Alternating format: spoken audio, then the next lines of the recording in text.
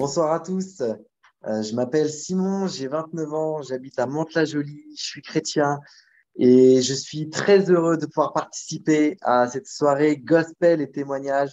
Je remercie vraiment Ensemble pour le Royaume qui a rendu possible cette soirée et qui a pu me donner le privilège de pouvoir vous raconter mon histoire. Donc oui, je suis chrétien actuellement, mais je l'ai pas toujours été. Bien que j'ai reçu une éducation chrétienne basée vraiment sur les valeurs de la Bible, j'avais vraiment, étant petit, pour désir de découvrir le monde qui m'entourait. Euh, du coup, très vite, j'ai commencé à partir un peu en vrille. À l'âge de 8 ans, j'ai fumé ma première cigarette. À l'âge de 12 ans, j'ai pris ma première cuite. Et puis, je suis allé de pire en pire. J'ai commencé à fumer de la drogue, à prendre de la drogue encore plus dure. Puis, j'ai commencé à vendre et à faire beaucoup, beaucoup de bêtises. J'avais beaucoup d'amis. J'avais une famille qui m'aimait. J'avais des femmes dans ma vie. Je courais sans cesse après l'argent. Voilà un peu le genre de vie que je menais étant plus jeune. Et malgré toutes ces choses, tous ces plaisirs vraiment que j'essayais d'avoir, par lesquels j'essayais de courir, malgré tout, je me sentais seul dans mon cœur. J'avais une solitude qui était permanente. J'allais en soirée, je me le rappelle très bien, j'allais en soirée, je rigolais avec les amis, je prenais de la drogue, toutes ces choses-là. Mais quand je rentrais à la maison, je m'asseyais sur mon lit et je me sentais seul en fait. Je me retrouvais seul face à moi-même. Puis, il y a eu un jour, arrivé vers les 21 ans environ, j'ai fait vraiment une rencontre avec Jésus-Christ. Alors que je me posais beaucoup de questions, je suis allé dans une église, l'église de Porcheville, l'église à Espérance qui est à Porcheville, pardon.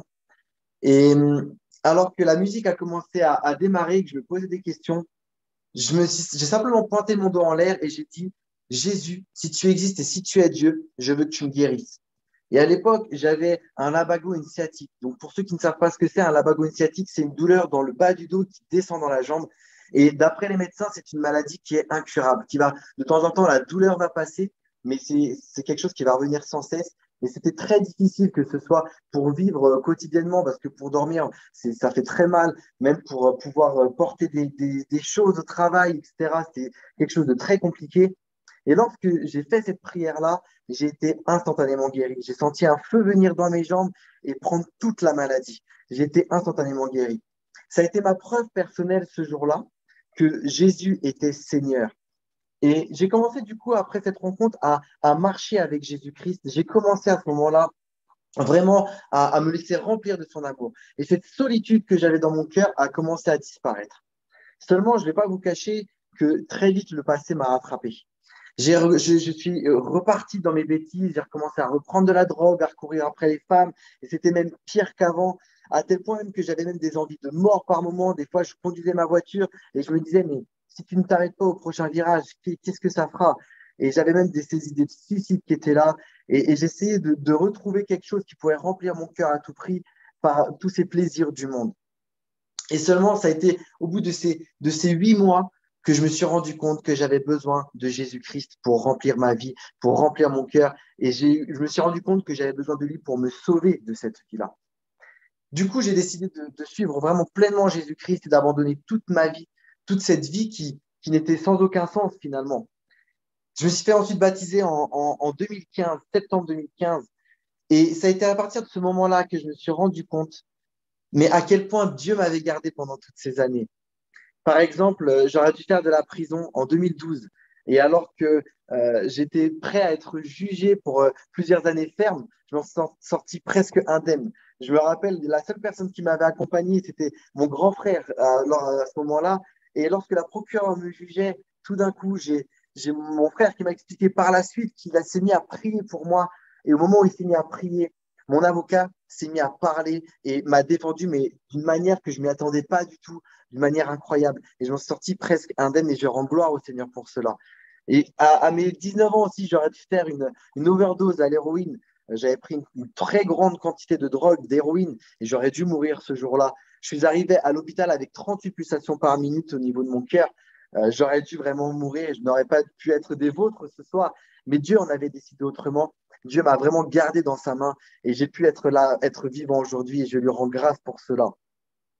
Aujourd'hui, voilà, j'ai maintenant 29 ans.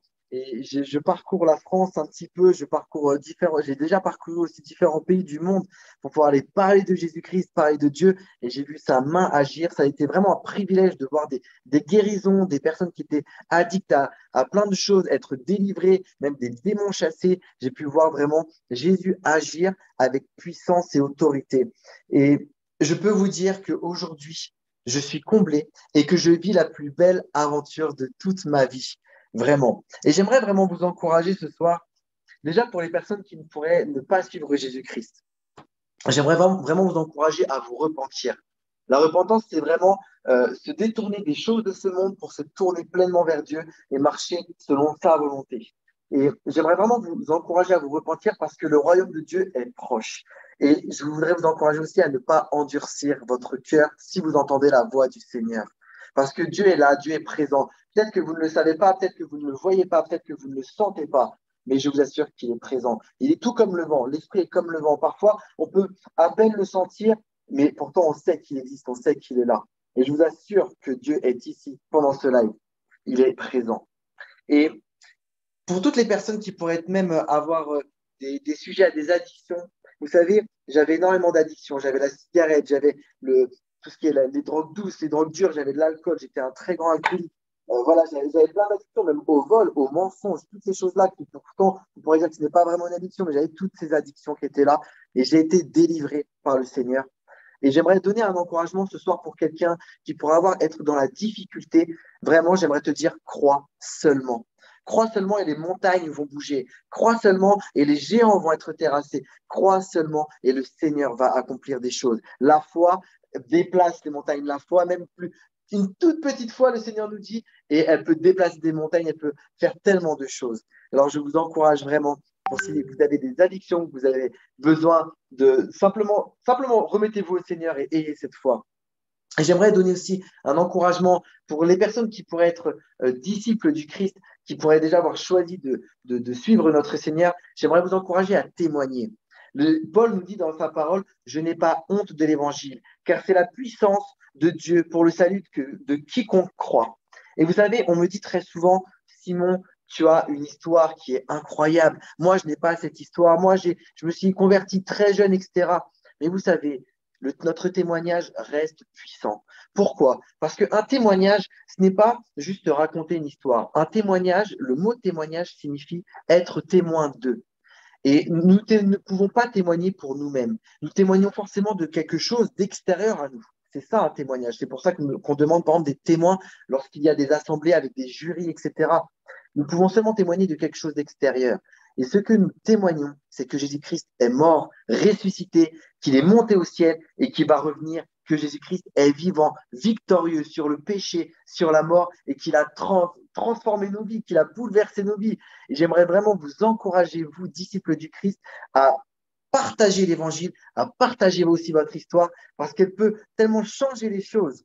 Voilà, c'est vraiment ce que j'ai eu à cœur ce soir de vous partager. J'espère que cela vous aura béni. Voilà, je vous bénis pour la suite et n'hésitez pas si vous avez quelconque question par la suite. Voilà, soyez bénis et à très vite.